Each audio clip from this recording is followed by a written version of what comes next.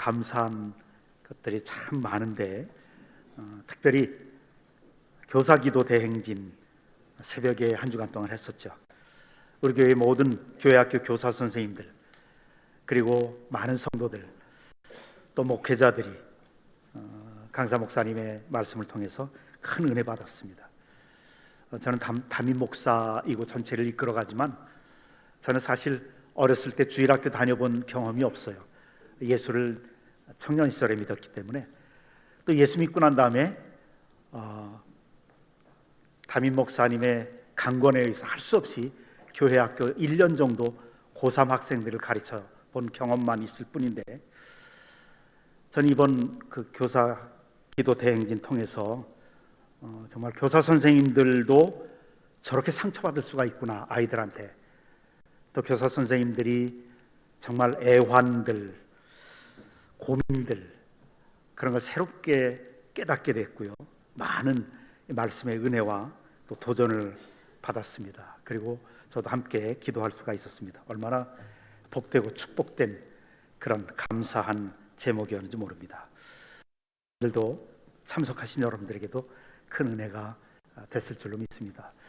또 이번 여름에 우리 교회에서 있을 여름 성경학교 또 중고등부의 그런 캠프들 또 우리 YJC 캠퍼스 전도대 비전 트립 또 여러 이런 행사들이 이번 교사기도 대행진의 그 기도를 통해서 하나님께서 놀랍게 은혜를 부어주시고 또 기적으로 함께 해주시고 그리고 풍성한 그러한 여름 그리스도의 계절이 될 줄로 그렇게 믿습니다.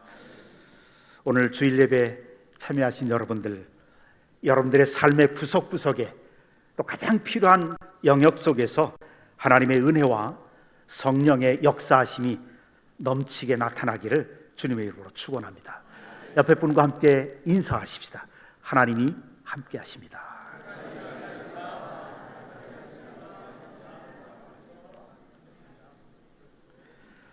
오늘 말씀 본문에 보면 본문에서 제일 중심되는 말씀이 10절의 말씀입니다. 한번 10절의 말씀 같이 읽어볼까요? 시작. 그러므로 생명을 사랑하고 좋은 날 보기를 원하는 자든 혀를 금하여 악한 말을 그치며 그 입술로 거짓을 말하지 말고. 그래요. 생명을 사랑하고 좋은 날 보기를 원하는 자는, 그래요.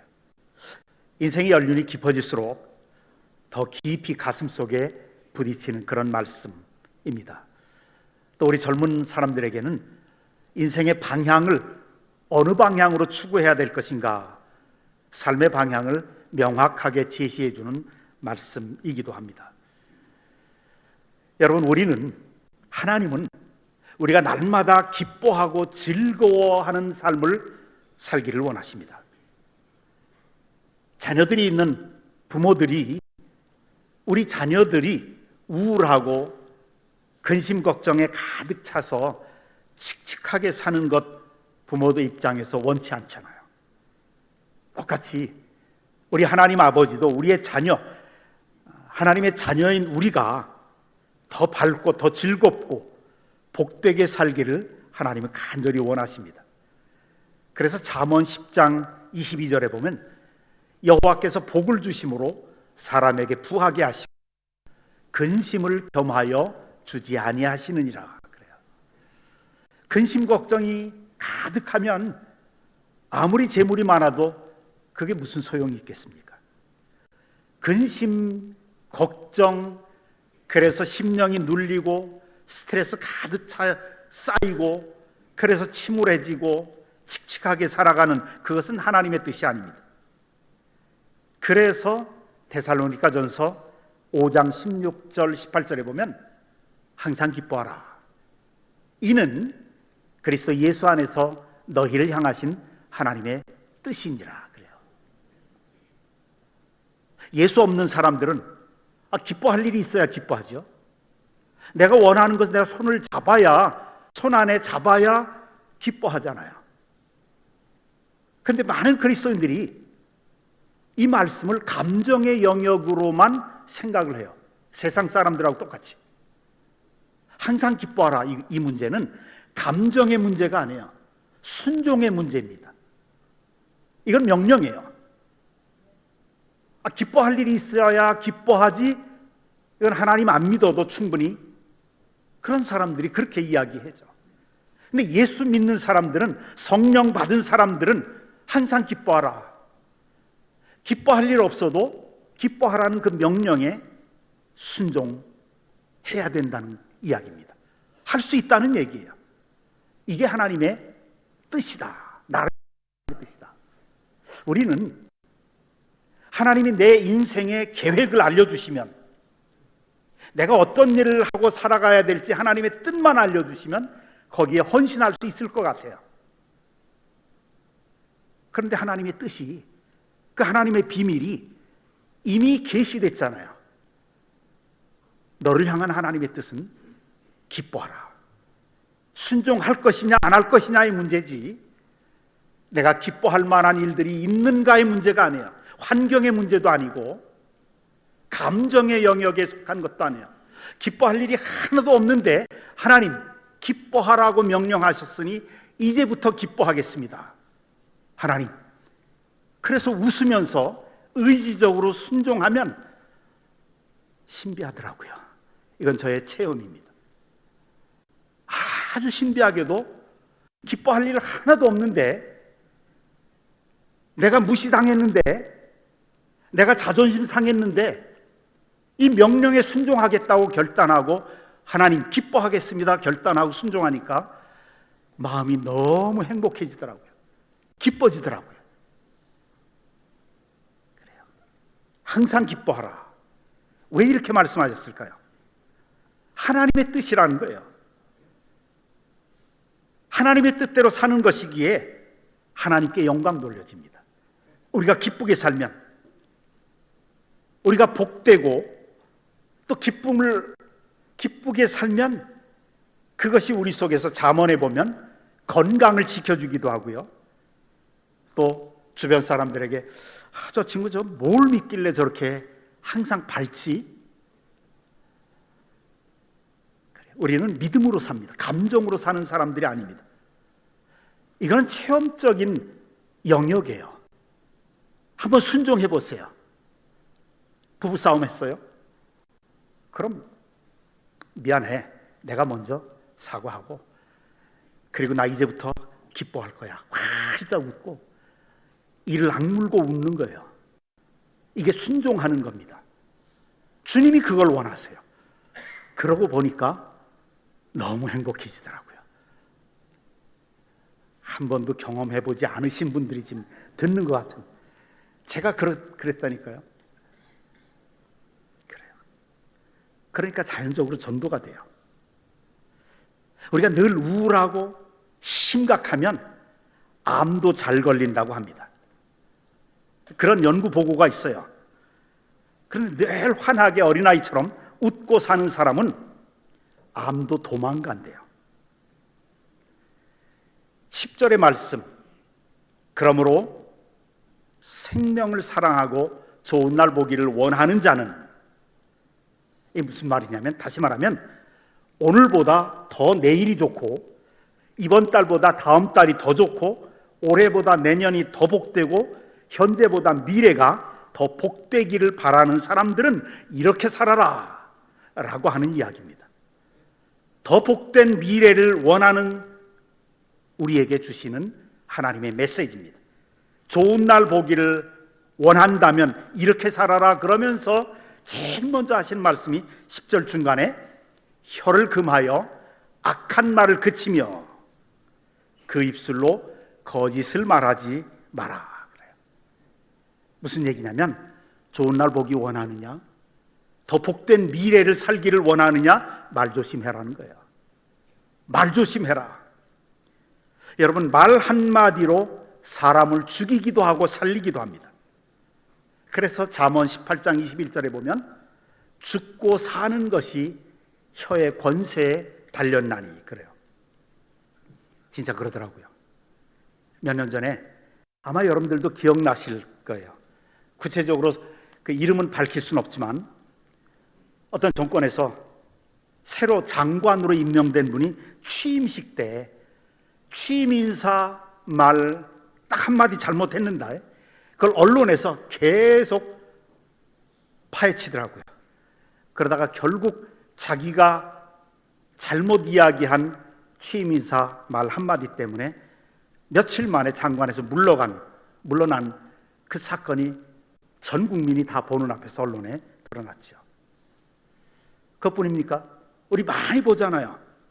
어떤 고위 공직자 중에 한 분이 술자리에서 함께 술 마시니까 다 믿을 만한 사람으로 생각했던 그 술자리에서 무심코 뱉은 말 한마디 때문에 40년 동안 공직 생활하면서 쌓아 올려왔던 그 모든 게 다 와르르 무너진 사람도 있었습니다.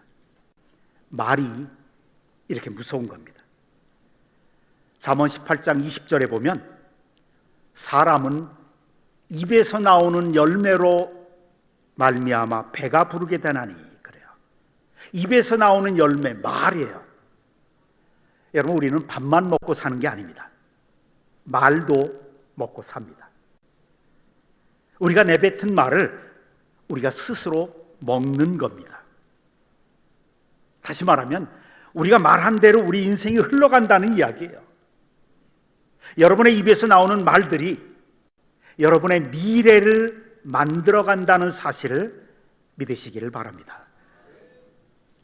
10여 년 전에 어떤 대학 동창회가 송년회 겸해서 모인 그런 일이 있었습니다.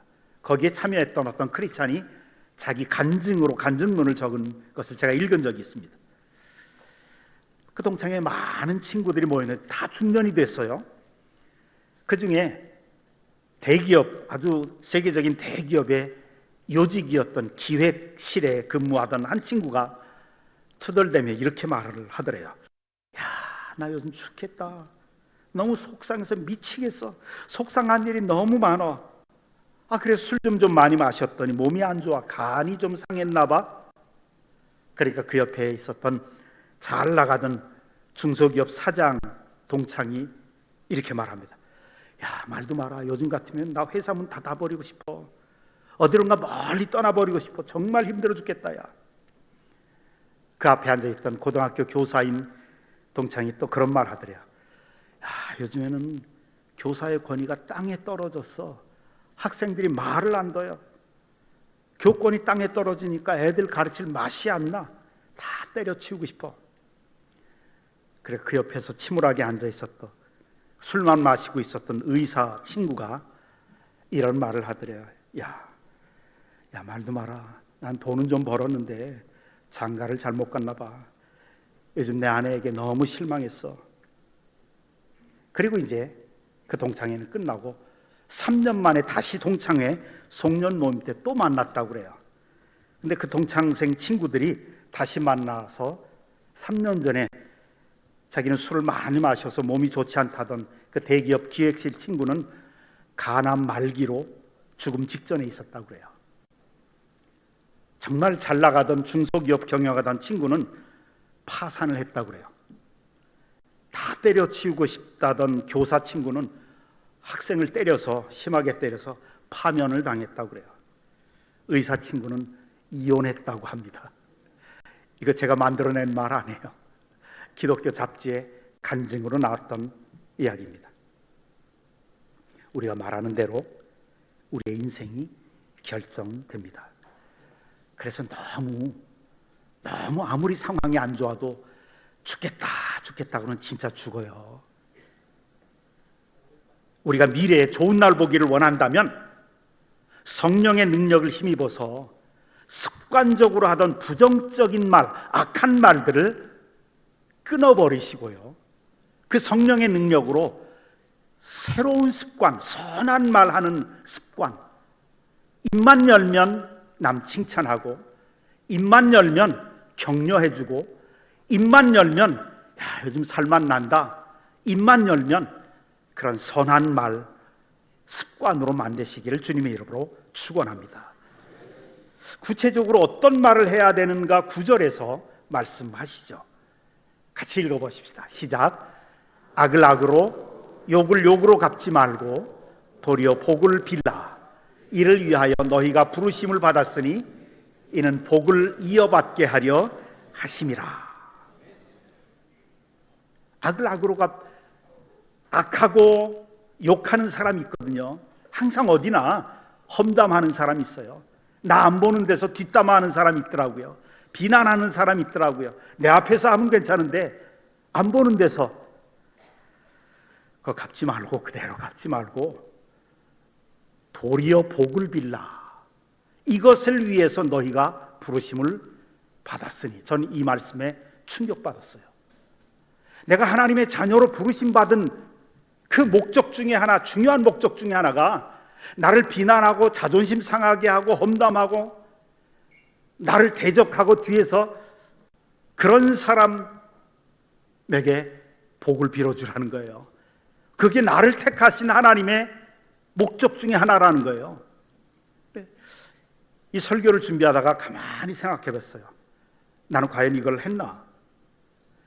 그랬더니 저를 비난하고 욕하고 험담하고 얼마나 그런 사람 많겠어요. 지도자에겐 그런 사람 많거든요. 그런데 그것을 믿음으로 다 소화시켰더라고요. 인내했어요. 그냥 용서까지는 했어요. 근데 복을 못 빌어줬더라고요. 그 사람을 위해서 나를 못 잡아먹어서 그냥 안달하는 그 사람을 위해서 축복을 못 해줬더라고요. 거기에 제가 하나님 앞에 무릎을 꿇고 회개했습니다. 이걸 위해서, 축복을 빌어주게 하기 위해서 나를 부르셨다고 했는데, 왜냐? 네가 복을 이어받게 하려 하심이라. 이어받게. 제가 이걸 원어로 찾아봤어요. 후대까지 복을 계승시키게 하기 위해서다. 그래요. 누군가를 험담하고 욕하고 폄하하고 남의 명예를 깎아내리면서 그런 사람은 자신의 미래에 좋은 날 볼 수 없다는 거죠. 근데 그런 사람들과 같이 사는 게 우리 그리스도인들이거든요. 성령 받은 그리스도인들은 그럴 때, 내가 그렇게 당할 때 오히려 상대방을 축복해 주라는 얘기예요. 그러면 마음도 편하고 하루하루가 즐거워지고, 그리고 신기하게 하나님의 복이 나에게 돌아온다는 겁니다. 더 나아가서 복을 계속 후손들에게 계승하게 할 수 있게 해주신다는 거죠. 더 좋은 미래가 열려진다는 말씀입니다. 이런 은혜가 우리 모두에게 있기를 주님의 이름으로 축원합니다. 다음으로 좋은 날 보기를 원하는 자는 11절에 악에서 떠나 선을 행하고. 왜요? 악을 행하면서 잘 살 수는 없거든요. 잠언 11장 5절에 보면 악한 자는 자기의 악으로 말미암아 넘어지리라. 악한 자는 반드시 넘어지게 돼 있어요. 그것이 하나님이 정하신 인생의 이치입니다. 시편 37편 10절에 보면 같이 읽어보십시다. 시작. 잠시 후에 악인은 없어지리니 네가 그곳을 자세히 살필지라도 없으리로다. 그래요. 잠시 후에. 여러분, 악을 행해도 형통해집니다. 악한 자들이 이상하게 더 잘 되는 것을 우리는 많이 보아하면서 살아왔습니다. 정말 악을 행해도 형통해지더라고요. 근데 언제까지냐? 잠시까지예요. 하나님이 뒤집으실 때까지. 그게 잠시라는 거예요. 역대하 33장에 보면 므낫세 왕이 나오죠. 북왕국 이스라엘의 므낫세 왕이 하나님 앞에 너무나 악한 행동을 많이 하니까 하나님이 그 이웃나라 아수르 군대를 일으켜서 침공하게 하십니다. 그리고 므낫세 왕 코에 갈고리를 꿰고 끌고 가게 하십니다. 우리말 성경 번역에는 쇠사슬로 결박시켜서 끌고 갔다라고 번역했지만 그건 너무나 처참한 형상이어서 그렇게 번역을 한 거예요. 원어에 보면 갈고리로 왕의 코를 꿰어서 끌고 간 것으로 기록되어 있습니다. 하나님이 악한 행동을 얼마나 미워하시고 싫어하시면, 하여튼 악한 행동을 심은 자 잠시는 형통할 수 있지만 그 미래는 처참하게 된다는 걸 우리에게 보여주죠. 아합 왕의 부인 이세벨을 보세요. 얼마나 콧대가 높고 악했는지 온갖 악을 다 행하니까 하나님께서 그냥 그를 죽여버리시죠. 한동안은 잘 나갔잖아요, 왕의 부인으로. 그런데 하나님이 그냥 그를 죽이셨어요.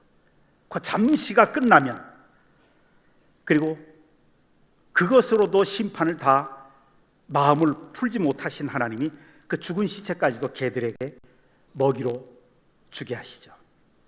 악하게 살아서 잘 되는 사람 절대 없습니다. 하나님이 분명히 그 악을 보시고 이 세상에서 심판하십니다. 그러나 반대로 선을 행하면 하나님이 반드시 돌보아 주십니다. 시편 112편 2절 3절에 보면 정직한 자의 후손에게 복이 있으리로다. 그래요. 부요와 재물이 그 집에 있으며 후대까지. 여러분, 선을 행하면, 내 인생 속에 선을 심으면 반드시 잘 되게 되어 있습니다. 다윗 왕을 보세요. 자기를 죽이려고 평생 온 군대를 동원해서 쫓아다니고 추격했던 사울 왕, 그 사울 왕을 죽일 수 있었던 절호의 기회가 2번씩 있었습니다. 그런데 다윗은 죽이지 않고 선으로 그 악을 갚았습니다. 그랬더니 하나님이 그런 다윗에게 일생 동안 부귀와 존귀가 넘치게 해주셨습니다. 그리고 그 아들들 자자손손 계속 왕이 나오게 하셨죠. 더 좋은 미래를 열어주셨습니다. 그렇습니다. 하나님의 보호를 받습니다. 12절의 말씀에 보면 주의 눈은 의인을 향하시고 그의 귀는 의인의 간구에 기울이시되 주님의 얼굴은 악행하는 자들을 대하시느니라. 하나님께서 의인을 사랑의 눈으로 바라봐 주시고요, 의인의 기도에 귀를 기울여서 즉시 응답해 주십니다. 이 약속의 말씀 마음 다해서 믿으시기를 바랍니다. 주님의 눈이 여러분들을 향하십니다. 그래서 의인을 향하신 그 하나님의 사랑이 여러분들을 잘되게 하시고 여러분들의 자녀들도 잘되게 해주실 줄로 믿습니다. 제가 참 좋아하는 시편 92편의 말씀이 있습니다. 시편 92편 12절부터 14절까지 한번 읽어볼까요? 시작. 의인은 종려나무같이 번성하며 레바논의 백향목같이 성장하리로다. 이는 여호와의 집에 심겼으며 우리 하나님의 뜰 안에서 번성하리로다.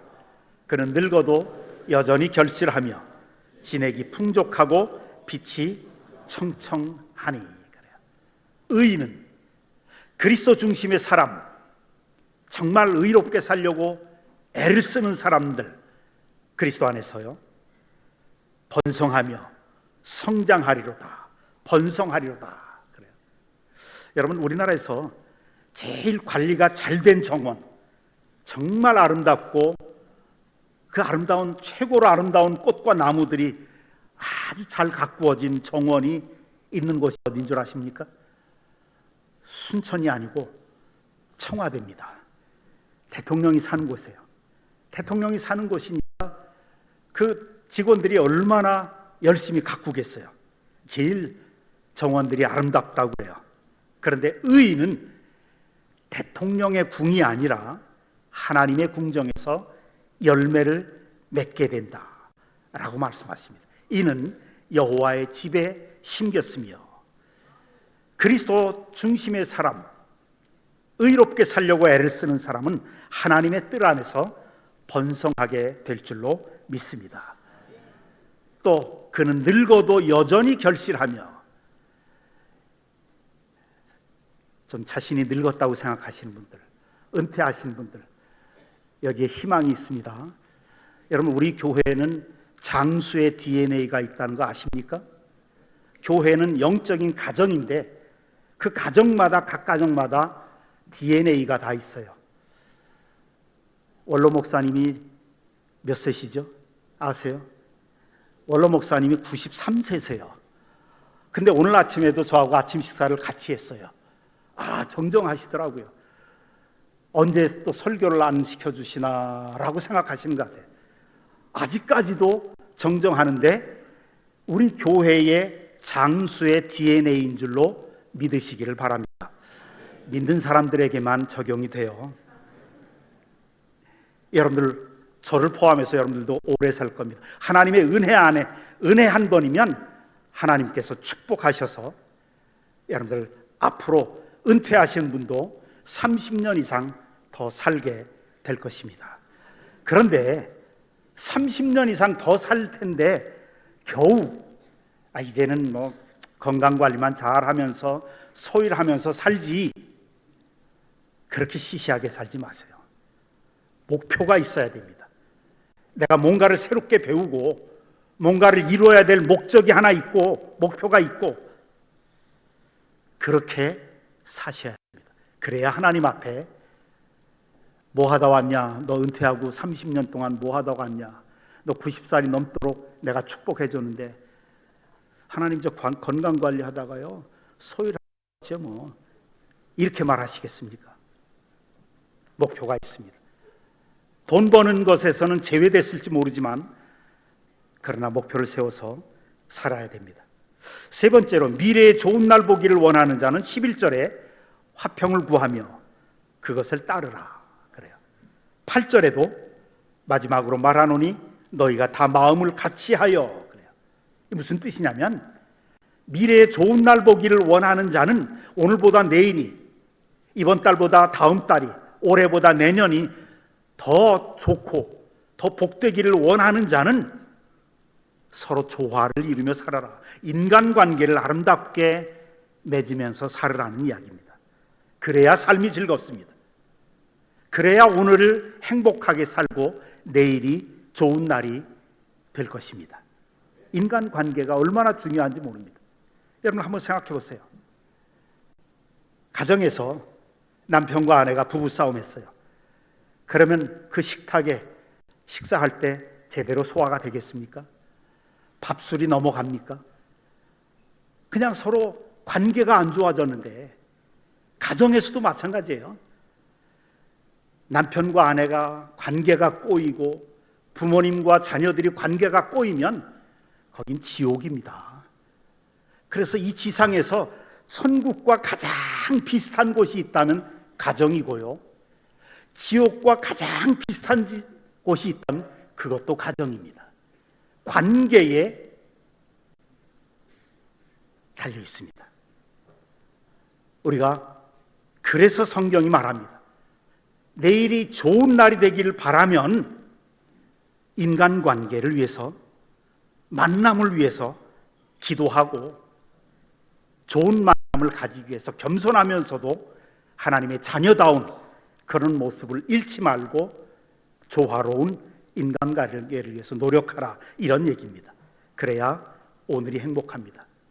제가 중견 기업을 운영하는 어떤 CEO한테 가까운 사이여서 물어봤습니다. 뭐가 제일 힘듭니까? 사업할 때 뭐가 제일 힘듭니까? 그랬더니 그분이 한마디로 이렇게 얘기하더라고요. 인간관계가 제일 힘듭니다. 직원들과의 관계도 너무 힘들고요, 또 사업 거래처와의 관계가 너무 힘들다는 거예요. 크리스찬으로서 술, 담배 안 하고 거래처와 관계 맺으려니까 너무 힘들고 관계가 그렇게 힘들대요. 여러분, 우리가 만남, 좋은 만남의 복을 위해서 기도하는 것은 우리 자녀들의 결혼을 위해서 기도하는 것, 이 문제를 떠난 거예요.